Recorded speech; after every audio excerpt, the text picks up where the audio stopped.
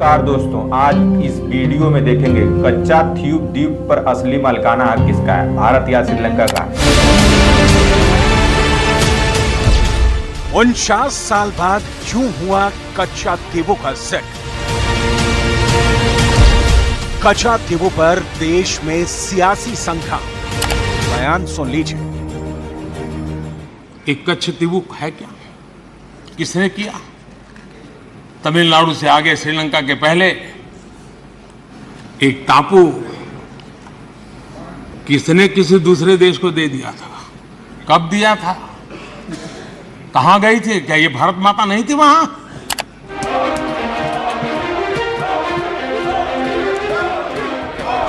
ये जो बाहर गए ना, उनको जरा पूछे एक कच्छ द्वीप क्या है। कोई पूछे इनको कच्छ द्वीप क्या है। वीडियो शुरू करने से पहले छोटी सी अपील है, चैनल को सब्सक्राइब और वीडियो को शेयर जरूर करें, क्योंकि वीडियो को ज्यादा से ज्यादा लोग देखते हैं लेकिन चैनल को सब्सक्राइब नहीं करते हैं। भारत के तमिलनाडु और श्रीलंका के बीच काफी बड़ा समुद्री क्षेत्र है। इस समुद्री क्षेत्र को पाक जलडमरू कहा जाता है। यहाँ कई सारे द्वीप हैं, जिसमें से एक द्वीप का नाम कच्चा थीव द्वीप है। श्रीलंका के विदेश मंत्रालय की वेबसाइट के मुताबिक कच्चा थीव 285 एकड़ में फैला हुआ एक द्वीप है। ये द्वीप बंगाल की खाड़ी और अरब सागर को जोड़ता है। ये द्वीप 14वीं शताब्दी में एक ज्वालामुखी विस्फोट के बाद बना था, जो रामेश्वरम से करीब 19 किलोमीटर और श्रीलंका के जाफना जिले से करीब 16 किलोमीटर की दूरी पर है। रॉबर्ट पाक 1755 से 1763 तक मद्रास प्रांत के अंग्रेज गवर्नर हुआ करते थे। इस समुद्री क्षेत्र का नाम रॉबर्ट पाक के नाम पर ही पाक स्टेट रखा गया।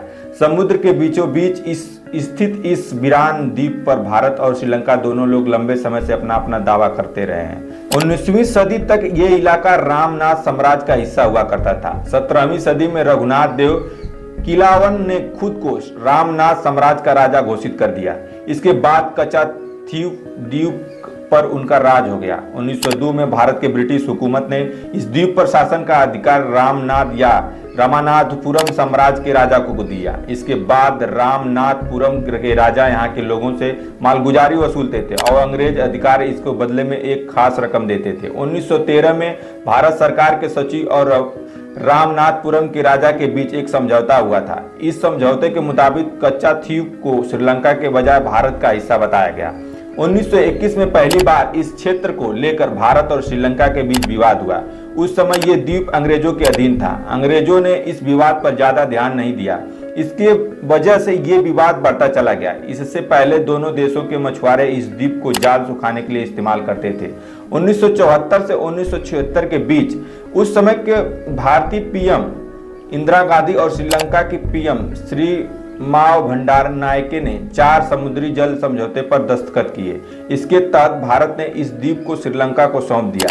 तब से श्रीलंका इस द्वीप पर कानूनी तौर पर अपना दावा ठोकता है। जब भारत सरकार ने इस द्वीप को लेकर श्रीलंका के साथ समझौता किया था तो तमिलनाडु सरकार ने इसका विरोध किया था।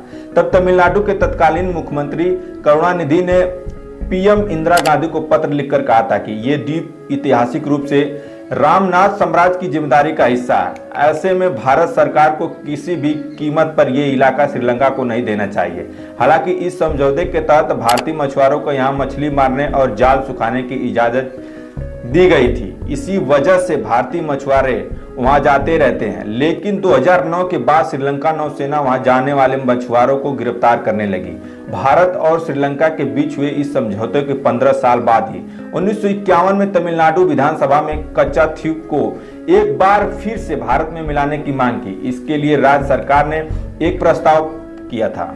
श्रीलंका के गृह युद्ध के दौरान उसकी उत्तरी सीमा पर तमिल उग्रवादी संगठन लिट्टे का कब्जा था। इसी की वजह से तमिलनाडु के मछुआरे मछली पकड़ने के लिए इस द्वीप तक आसानी से पहुंचते थे। 2008 में जयललिता ने 1974 और 1976 के बीच हुए कच्चा थीव द्वीप समझौते को रद्द करने के लिए सुप्रीम कोर्ट का रुख किया था। 2009 में श्रीलंका सरकार और लिट्टे के बीच की लड़ाई लगभग खत्म होने वाली थी। लिट्टे संगठन कमजोर हो रहा था। ऐसे में श्रीलंका सरकार ने अपनी सीमाओं पर सुरक्षा व्यवस्था को मजबूत कर दिया। जब भी तमिलनाडु के मछुआरे मछली मारने के लिए इस द्वीप के करीब जाते थे, श्रीलंका की पुलिस उन्हें गिरफ्तार कर लेती थी। इसी वजह से तटीय क्षेत्र में रहने वाले लोग इस द्वीप को वापस लेने की मांग एक बार फिर से करने लगे हैं। श्रीलंका सरकार का कहना है कि समुद्र में उसके जल क्षेत्र में मछलियां और दूसरे जलीय जीवों को कमी हो गई है, जिससे उनके मछुआरों की आजीविका प्रभावित हुई है। ऐसे में भारत के मछुआरों को इस क्षेत्र में मछली मारने की इजाजत नहीं दे सकता। 2014 में भारत सरकार ने एक जनहित याचिका के जवाब में मद्रास हाई कोर्ट को बताया था कि कच्छाद्वीप द्वीप पर श्रीलंका की संप्रभुता एक बेहद साफ और स्पष्ट मामला है। भारत के मछुआरों को इस क्षेत्र में मछली पकड़ने की गतिविधियों में शामिल होने का कोई अधिकार नहीं है।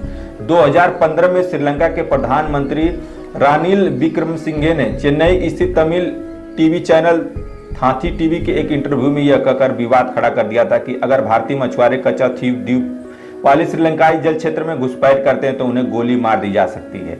इसके साथ ही श्रीलंका के प्रधानमंत्री रानिल विक्रमसिंघे ने कहा कि आप हमारे जल क्षेत्र में क्यों आ रहे हैं, आप हमारे जल में मछली क्यों पकड़ रहे हैं, भारत की तरफ रहो, कोई दिक्कत नहीं होगी, कोई किसी को गोली नहीं मारेंगे, तुम भारत की तरफ रहो और हमारे मछुआरों को श्रीलंका की तरफ रहने दो, नहीं तो आरोप मत लगाओ कि हमारे नौसैनिकों मानवाधिकार का उल्लंघन कर रहे हैं। हर साल फरवरी में रामेश्वर से हजारों लोग कच्छाद्वीप द्वीप पर बने सेंट एंथोनी चर्च में प्रार्थना करने के लिए जाते हैं। इस चर्च को तमिलनाडु का एक तमिल कैथोलिक श्रीनिवास पदयाची ने 110 साल पहले बनवाया था। 2016 में मीडिया रिपोर्ट्स में दावा किया गया था कि श्रीलंका सरकार अब इस चर्च को गिराने की तैयारी कर रही है, लेकिन बाद में विदेश मंत्रालय के प्रवक्ता विकास स्वरूप ने स्पष्ट किया कि ऐसा कुछ नहीं होगा।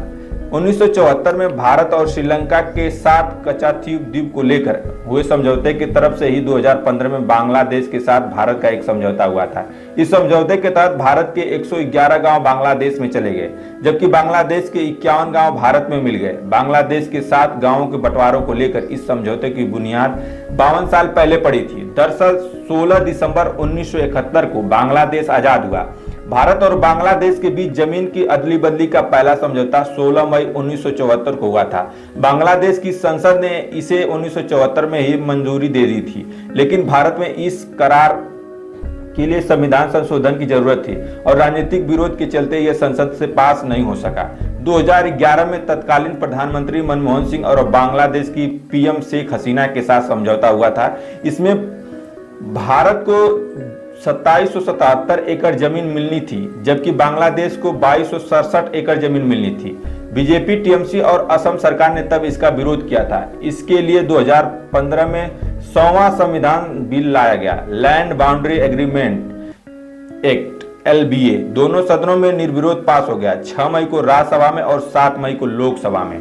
6 जून 2015 को भारत सरकार और बांग्लादेश के बीच समझौता हुआ। इसके तहत दोनों देशों के बीच सीमाओं का अदला बदली तय हुई। 31 जुलाई 2015 को आधी रात ये समझौता लागू हो गया। 1 अगस्त 2015 को इसके लिए जरूरी संविधान संशोधन किया गया।